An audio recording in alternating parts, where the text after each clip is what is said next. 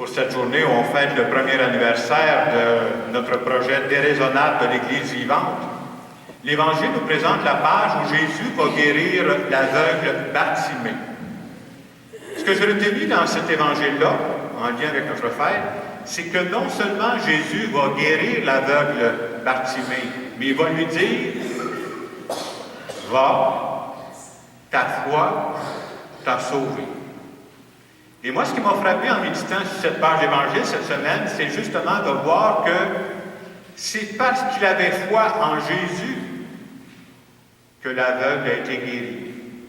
Oui, parce que je me disais, si Bartimée n'avait pas eu foi en Jésus, autrement dit, s'il n'avait pas eu confiance que Jésus pouvait le guérir, qu'est-ce qu'il aurait fait? Il serait resté chez eux. Et s'il était resté chez eux, qu'est-ce qui serait arrivé? Rien. Bartimée serait demeuré aveugle. Et je méditais en lien avec notre projet, mais avec les projets qu'on a tous personnellement, quel est le message qu'on peut dégager de ça? Quelles que soient nos situations, soit des situations de paroisse, des situations personnelles, dans tous les cas, on a toujours des pas à faire. On a toujours des gestes à poser. Et dans tous les cas, les pas qu'on va faire, les gestes qu'on va poser seront toujours insuffisants. Ça manque plus que ça. Et c'est pour ça que Bartimée, il y a une deuxième dimension. Il avait la foi. Et nous autres aussi, dans nos projets, c'est très important de croire que le Dieu auquel on croit, ce n'est pas le Dieu du passé. C'est le Dieu qui est présent parmi nous aujourd'hui, qui est agissant. Et si on croit ça, là, ça devient possible. De croire que Dieu, c'est celui qui vient compléter les petits pas que nous autres on fait. Et en cette journée, on veut fêter le premier anniversaire de l'Église vivante. J'ai pensé vous présenter via un diaporama les premiers pas qu'on a fait depuis 1 an dans ce projet-là. On va vous montrer ça. Ce que j'ai voulu montrer d'abord à travers ce diaporama-là, parce que je vais le commenter, c'est de dire à chacune des étapes, moi j'étais là à chacune des étapes, j'étais avec d'autres personnes, mais je vais vous dire qu'est-ce qui nous passait par la tête, puis qu'est-ce qui est arrivé par la suite.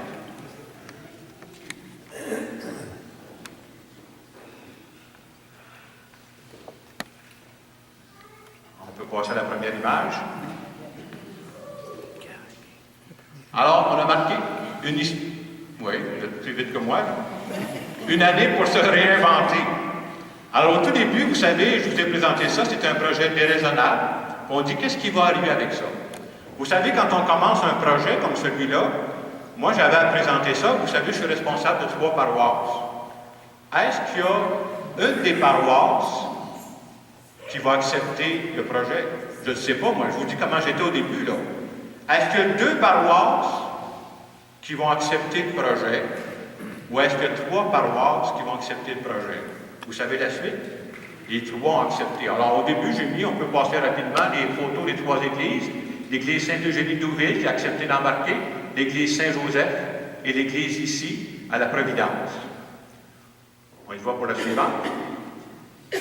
Alors, parmi les choses qu'on a eu à réaliser, on s'est dit, un des aspects qu'il faut soigner, c'est l'accueil. On dit, parce que si on soigne l'accueil, c'est très important aujourd'hui, les gens ont besoin de savoir qu'ils sont chez eux ici quand ils viennent à l'église. Et entre autres, pour l'accueil, on s'est dit, il faudrait que dans chacune des églises, il y ait un kiosque d'accueil. Vous savez ce qu'on disait au début? Ouais, mais qui va le faire, le kiosque d'accueil? On va-tu trouver quelqu'un pour faire ça? Ça va être quoi les plans? Je vous dis toutes les questions qui nous passaient par la tête. À chacune des églises, on a trouvé un bénévole qui a fait le kiosque d'accueil. Un autre aspect, on s'est dit, au début, on voulait souligner le début de notre projet. La première fin de semaine où on a lancé le projet, on a dit, on va remettre à tout le monde qui vient dans l'Église un sac de bienvenue. Alors, vous comprenez que pour les 3 paroisses, ça demandait des centaines de sacs de bienvenue. On va-tu trouver du monde pour faire ça? On a donné des sacs de bienvenue à toutes les personnes cette fin de semaine-là. Et au fur et à mesure, quand il vient des nouvelles personnes, on peut offrir encore un sac de bienvenue. Dans nos églises, on a eu à installer, comme vous le voyez ici, des écrans. Alors, on a installé des écrans ici à Providence, on a installé à Douville, à Saint-Joseph, on projette sur les murs. Pourquoi des écrans? C'est pour dire on vit dans des grandes églises et ça nous permet d'avoir des écrans, d'abord qu'on regarde tous dans la même direction quand il y a le temps de chanter, pour montrer que je ne fais pas ma petite prière individuelle quand je viens ici, on prie ensemble. Et le fait d'avoir les images, ça nous aide aussi à suivre plus facilement la célébration. Pour que tout ça fonctionne, ça veut dire qu'à chaque célébration, ça prend quelqu'un qui est à la caméra, ça prend quelqu'un qui est à l'ordinateur, ça prend quelqu'un qui est au kiosque d'accueil. Vous savez, pour qu'une messe fonctionne, ça prend déjà des gens qui servent la messe, ça prend des lecteurs. En plus, on s'est dit, on va avoir besoin de tous ces gens-là. La question qu'on se posait quand on a commencé, est-ce qu'on va être capable d'avoir à chaque fin de semaine, pas de temps en temps, quelqu'un à la caméra, quelqu'un à l'ordinateur, quelqu'un qui kiosque d'accueil. Et depuis 1 an, dans les 3 paroisses, il y a toujours eu quelqu'un. On a formé des gens pour ça. Bien entendu, quand vous décidez d'installer des écrans, d'installer des ordinateurs, des caméras, vous savez, ça demandait de l'argent. Moi, j'ai dû aller voir les marquillers pour ça. Et en gros, ce que ça coûtait, on a résumé ça à peu près 13 000 par paroisse. Ça veut dire que pour les 3 paroisses, c'était 32 000 $. On s'est dit, alors que vous savez que les finances des paroisses diminuent, les marquillers me regardaient et disaient, qu'est-ce qu'on va faire avec ça? Alors, ce qu'on a fait appel à des commanditaires, on a même mis des noms ici en avant, des commanditaires, des gens d'entreprise qui ont voulu nous aider, on a eu des donateurs anonymes. Puis à un moment donné, on a mis dans les mains une petite enveloppe verte. Vous vous souvenez qu'on mettait les enveloppes vertes? 1 an plus tard, moi ce que j'ai à vous annoncer ce matin, c'est que les 39 000 $ qu'on a eu comme installation, c'est tout payé. On peut s'applaudir.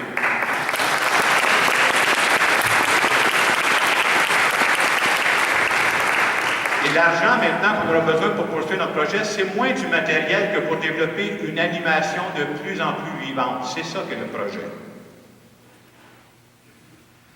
Parmi les choses qu'on essaie de développer depuis 1 an, c'est l'animation musicale. C'est-à-dire, on veut qu'il y ait du chant dans nos célébrations, mais pas juste qu'il y ait une chorale qui chante ou qu'il y ait un chanteur, une chanteuse en avant.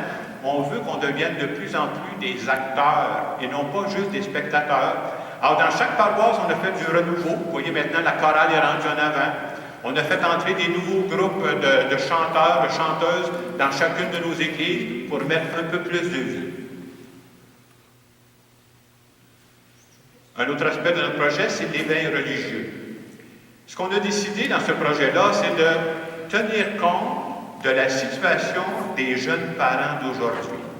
Et ça veut dire que depuis l'année passée, qu'on recommence cette année, de la mi-octobre jusqu'au début novembre, pas de temps en temps, tous les dimanches, sans exception, il y a de l'éveil religieux. Ça se fait au sous-sol de l'église à Saint-Joseph.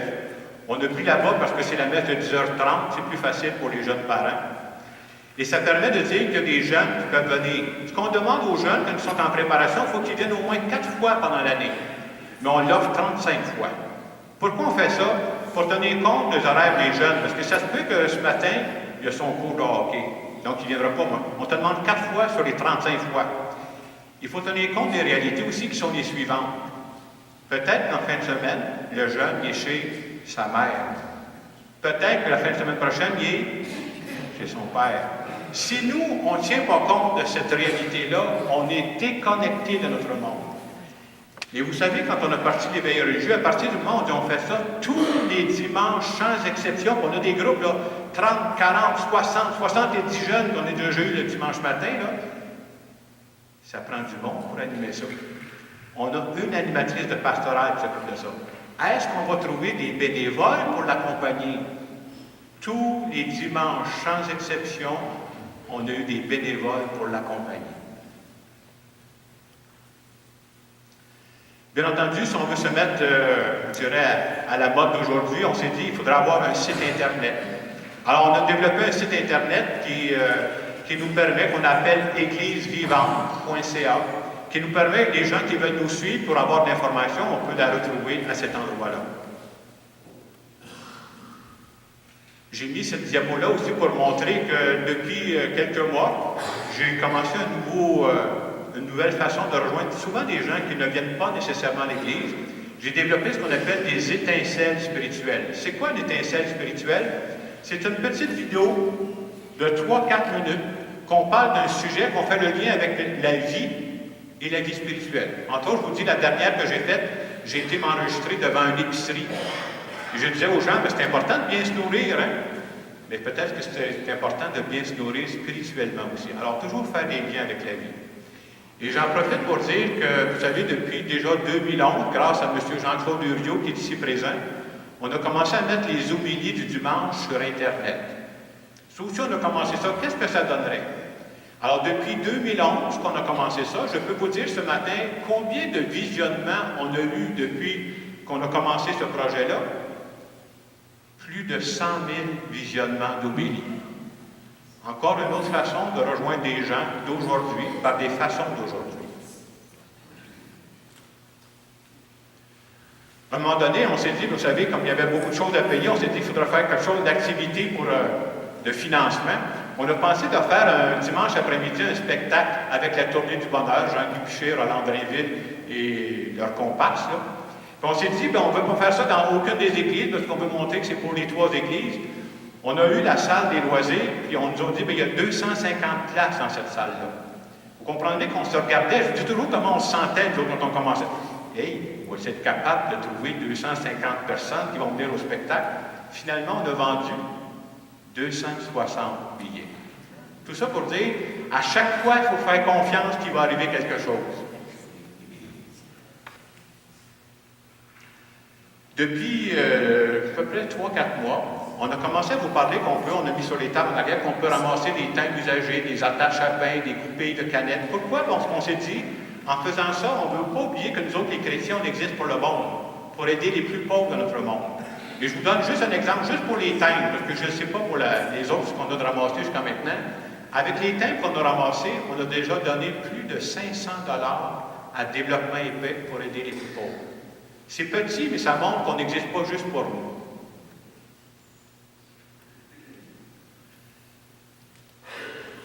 On est en train de préparer un projet, je vous en ai parlé il y a quelques semaines, qui s'appelle le parcours Alpha. Ça veut dire quoi? Ça veut dire qu'on dit, c'est très important aujourd'hui de renouveler notre foi. Le parcours Alpha, c'est une série de rencontres, c'est 10 soupers, où autour d'un souper, les gens discutent de leur foi à partir d'une vidéo, à partir d'un témoignage, parce que des fois, on peut vivre sur l'air d'aller, mais on a besoin de rafraîchir notre foi. C'est très important de se dire, pourquoi moi, je continue de croire, alors que plusieurs choisissent de décrocher. Il faut revenir aux bases. Alors, à partir de janvier 2019, on va offrir ce parcours-là dans nos paroisses ici. J'ai marqué là-dessus, besoin de notre monde, projet commun à bâtir. Le projet Église vivante n'est pas terminé. Donc, je viens de parler du parcours Alpha. Il y aura aussi un nouveau projet qu'on veut bâtir. Vous savez, dans la paroisse, ici, dans nos 3 paroisses, il y a des gens qui font du bénévolat un peu partout. C'est déjà très bien. On aimerait avoir une œuvre commune où on dit, à travers nos différents talents, il y aurait différentes possibilités. Ça, c'est l'œuvre de l'Église vivante pour répondre à un besoin du milieu. Et cette œuvre-là, je ne peux pas vous donner tous les détails aujourd'hui, mais le plan est déjà commencé. Alors, on aimerait que ça parte en septembre, octobre 2019. Je vous en parlerai un peu plus dans les mois à venir. Tout ça pour dire qu'on existe, mais aussi pour, pas juste pour nous autres, pour répondre aux besoins du monde. Tout ce que je viens de vous conter, tout ce qu'on a réalisé, on l'a réalisé ensemble. Je pense qu'on peut se dire merci, mais on peut s'applaudir pour ça aussi.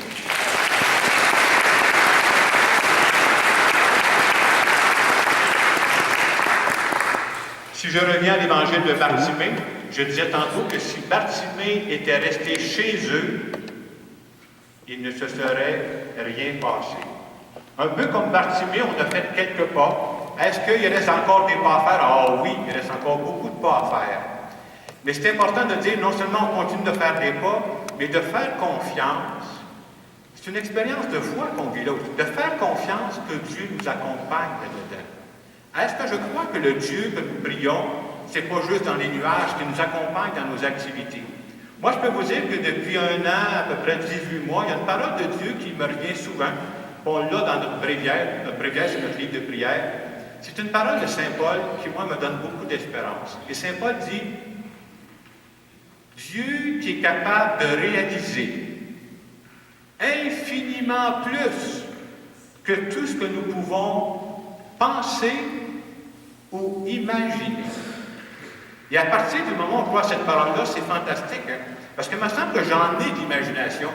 On me dit que Dieu est capable de réaliser infiniment plus que ça. À partir du moment où il fait confiance, il peut arriver de belles choses. Je termine parce que je sais que ça commence à être long. J'aimerais dire que moi, je suis arrivé à Saint-Hyacinthe à l'été 2010, comme prêtre. Et selon nos règles d'Église, les règles de notre diocèse, il me resterait encore quelques années ici à Saint-Hyacinthe. Et pour les années qui me restent ici à Saint-Hyacinthe, j'aimerais vous dire que moi, je suis prêt à mettre toutes mes énergies, tous mes talents, pour continuer à bâtir une Église de plus en plus vivante à travers différents aspects. Mais vous comprendrez que c'est impossible que je fasse ça tout seul. Et d'abord, je ne le fais pas tout seul. Je travaille avec une équipe pastorale, je travaille avec des marquilliers dans chacune des paroisses, je travaille avec un conseil de pastoral, je travaille avec des gens qui sont impliqués directement dans l'Église vivante. J'aurais un défi à vous proposer, un peu en lien avec le projet qui s'en vient pour l'automne prochain. J'aurais besoin de personnes qui ont des talents très variés. Parce que quand je vous expliquerai le prochain, vous allez voir qu'on a besoin de tous ces aspects-là. J'aimerais ça qu'à la fin de la messe, les gens qui le veulent, ou au kiosque d'accueil, déjà on a commencé à ouvrir, on m'a donné des noms, les gens qui sont prêts à faire quelque chose, donnez-moi juste votre nom, votre téléphone, et je vais vous appeler. Il faut qu'on se rencontre. Regardez des choses, des talents divers que j'ai besoin. Des gens qui savent faire de la couture. Vous comprendrez que ce n'est pas moi qui vais faire ça. Des gens qui savent tricoter. Des gens qui sont habiles de leurs mains. Je vous expliquerai le projet. J'ai même un ébéniste qui a donné son nom hier soir à Deauville. Des gens qui disent, mais vous savez, pour faire tout ça, ça va demander un peu de fonds. Peut-être que je connaîtrais moi, des commanditaires qui pourraient nous aider. Oui, je veux le savoir. Des gens qui disent, moi, je suis bon, je suis une bonne personne pour écouter. On a besoin de ça. Alors, le défi que je vous propose, moi, je vais faire de quoi? Mais j'ai besoin de vous autres. Simplement me donner votre nom, votre téléphone, on va prendre le temps de se rencontrer pour voir comment ça peut s'ajuster à travers tout ça, en respectant vos disponibilités et vos talents. Je termine en disant, un peu comme on a vu dans l'histoire de Bartimée, Bartimée a accepté de bouger. Et Bartimée a accepté de faire confiance à Dieu. Alors ce matin, on pourrait se demander nous autres mêmes, est-ce qu'on accepte de bouger? Et est-ce qu'on croit vraiment que ce Dieu-là, il est présent aujourd'hui et qu'il est vivant aujourd'hui dans nos projets de paroisse, mais aussi dans nos projets personnels?